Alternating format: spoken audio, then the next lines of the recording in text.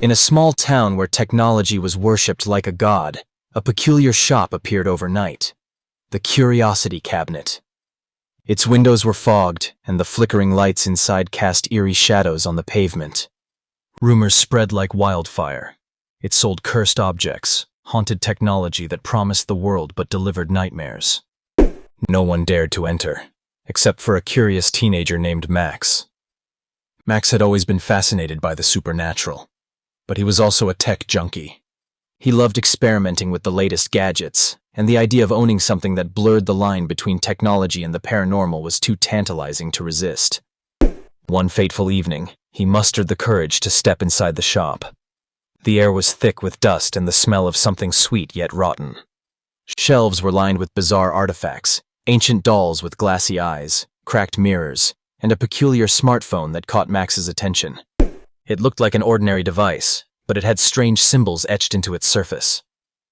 "This one's special," the shopkeeper rasped, emerging from the shadows. His eyes glinted with an unsettling mixture of knowledge and mischief. "It shows you your desires, but be warned, it's cursed. It may grant your wish, but at a terrible cost." Max, skeptical yet intrigued, decided to buy the phone. He pocketed it, a tingling sensation of excitement mixed with dread coursing through him. As Max left the shop, he felt the weight of the phone in his pocket, a dark promise whispering in his ear. That night he lay in bed, the phone glowing ominously in the dark. Against his better judgment, he turned it on. The screen lit up, revealing a swirling mist, and a voice whispered, "What do you desire most?" Max, caught in the thrill of the moment, thought of his crush, Sarah. "I want her to love me," he whispered. The phone flickered, and for a moment he felt a chill run down his spine. The next day, to Max's shock, Sarah approached him, her eyes sparkling with affection. They spent the day together, laughter and shared secrets filling the air. But as the sun dipped below the horizon, Max noticed something strange.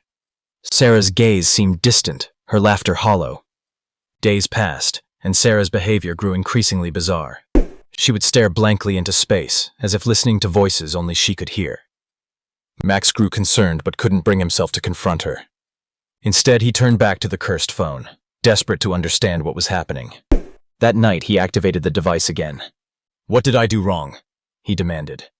The mist swirled violently, and the voice replied, "Desire without understanding leads to chaos. To love her truly, you must sacrifice what you hold dear."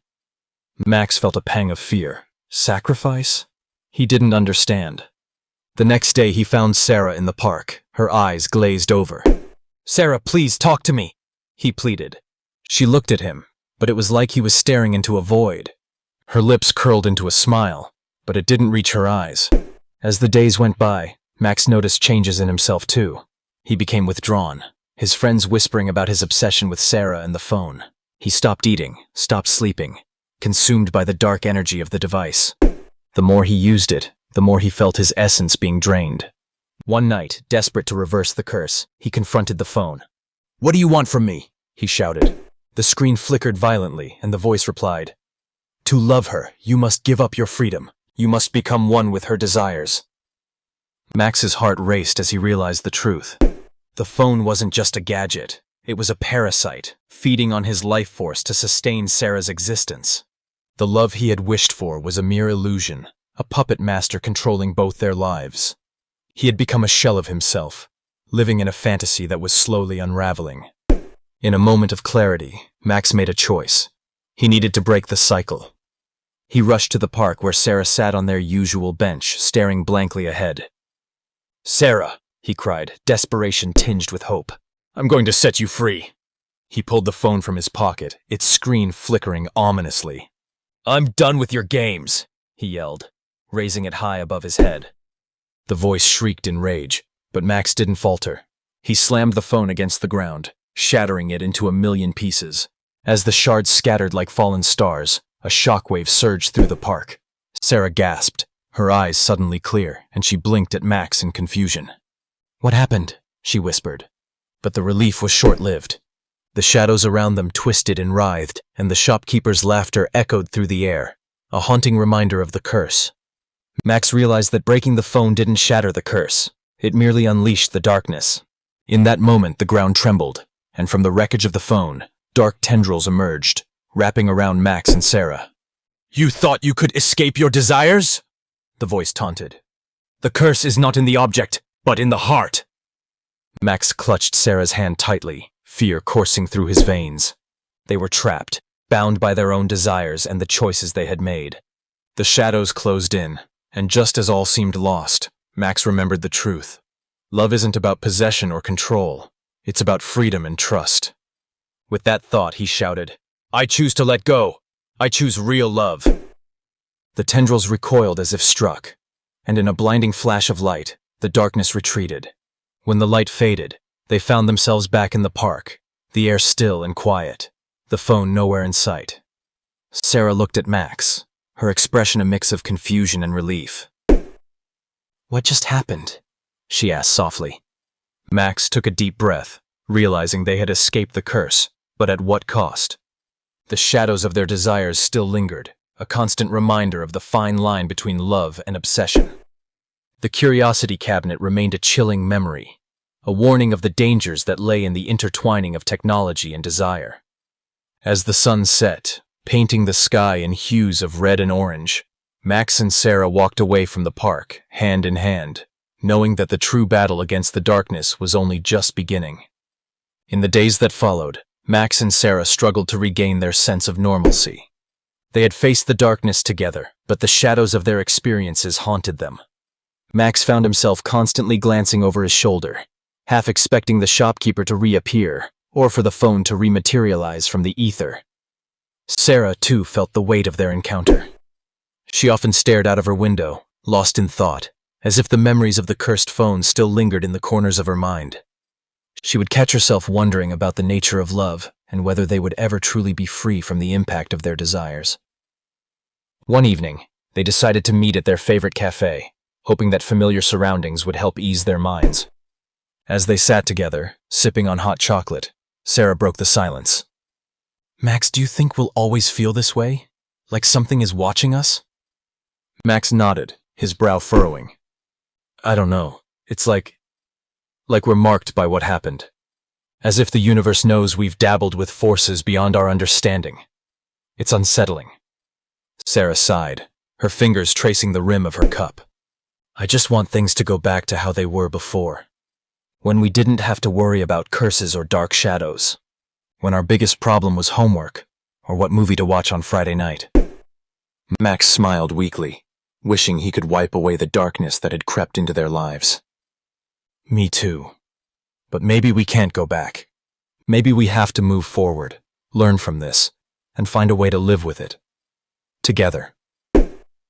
Together. The word echoed in Max's mind, a comforting thought amidst the chaos. They had faced the darkness and emerged stronger, but it was true that their bond had been tested. As days turned into weeks, they worked hard to support each other, sharing their thoughts and fears openly. They began to explore new hobbies, focusing on the light rather than the shadows. Max took up painting, using vibrant colors to express his emotions, while Sarah discovered a love for writing, pouring her heart into poetry that reflected their experiences. One afternoon, while sitting together in the park, Max pulled out a sketchbook filled with colorful images he had created. "Look, Sarah, this one is inspired by the light we saw when we broke the phone.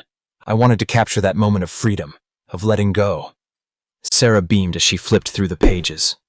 "These are beautiful, Max. You've captured something really special here. It's like you've turned your pain into art." Max looked at her and smiled, a warmth spreading through him. "It's what we have to do, right? Channel our experiences into something positive. We can't let the darkness define us. We need to keep moving forward, creating our own narrative." Encouraged, Sarah began to share her poetry with Max, each piece becoming a testament to their journey. They spent hours sharing their dreams, fears, and aspirations, building a new foundation for their relationship. The shadows began to recede, replaced by a renewed sense of hope and understanding. But the memory of the curiosity cabinet lingered in the back of their minds. They often spoke about it, wondering if it was gone for good or if it would resurface one day. Max couldn't shake the feeling that the universe had a way of testing them, that their encounter with the cursed phone had left them with lessons that would echo through their lives. One night, as they sat on a hill overlooking the town, Max turned to Sarah. "Do you think we should go back? To the shop? To confront whatever is left?" Sarah hesitated, her eyes reflecting the stars above. "I don't know, Max.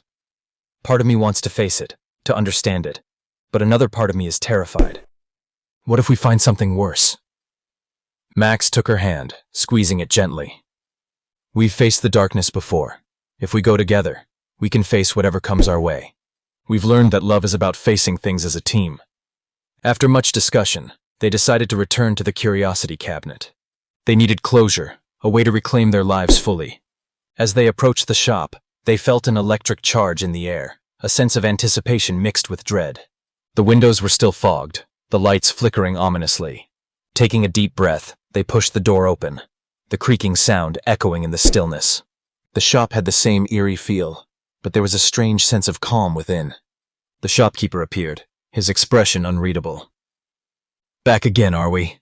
he rasped, his voice dripping with amusement. "Did you think you could escape the curse?" Max stepped forward, defiance in his eyes. "We're not here to be cursed again. We've learned from our mistakes, and we want to understand what happened. We want to confront the darkness, not run from it." The shopkeeper's laughter echoed, bouncing off the walls like a dark melody. "Ah, brave souls. But remember, the heart is where the true curse lies. What you seek is not just knowledge, it is a reckoning with your own desires. Are you prepared for the consequences?" Max and Sarah exchanged glances, their resolve strengthening. "Yes," they replied in unison. With a wave of his hand, the shopkeeper revealed a mirror, its surface swirling with shadows. "Gaze into the depths and confront what lies within. Only then can you truly break free. But beware, for what you see may not be what you expect." They approached the mirror, their hearts racing. As they peered into the depths, they saw reflections of themselves intertwined with their desires, their fears, and the darkness that had once captivated them. They were presented with visions of what could have been, the allure of power and control that had drawn them to the cursed phone in the first place. Max saw himself alone, consumed by obsession, while Sarah saw the hollow reflection of someone who had lost themselves in the desire to be loved. The images twisted and turned, pulling at the edges of their minds, threatening to draw them back into the abyss. But in the midst of the chaos, they felt each other's presence, a steady anchor amidst the storm. "We choose to be free," Max shouted, his voice cutting through the darkness. "We choose love that is real, not born of obsession," Sarah added, her voice strong and unwavering. The mirror shattered, sending shards of light cascading around them, illuminating the shadows that had once held them captive. The shopkeeper looked on, a mixture of surprise and admiration crossing his face. "You have faced your desires and emerged victorious. Perhaps the curse was never meant to bind you, but to teach you the true nature of love. You are free to leave, but remember, the shadows of desire may linger, but it is your choices that will define you." As they stepped out of the shop, the weight of the darkness lifted. The air felt lighter, the world around them more vibrant. They had reclaimed their lives, and though the shadows would always be a part of their story, they now held the power to shape their narrative. Hand in hand, Max and Sarah walked away from the curiosity cabinet, ready to face whatever lay ahead. They understood that love was not merely a desire to possess, but a journey of growth, trust, and shared experiences. And as they looked toward the horizon, they knew that together they could face any darkness that came their way.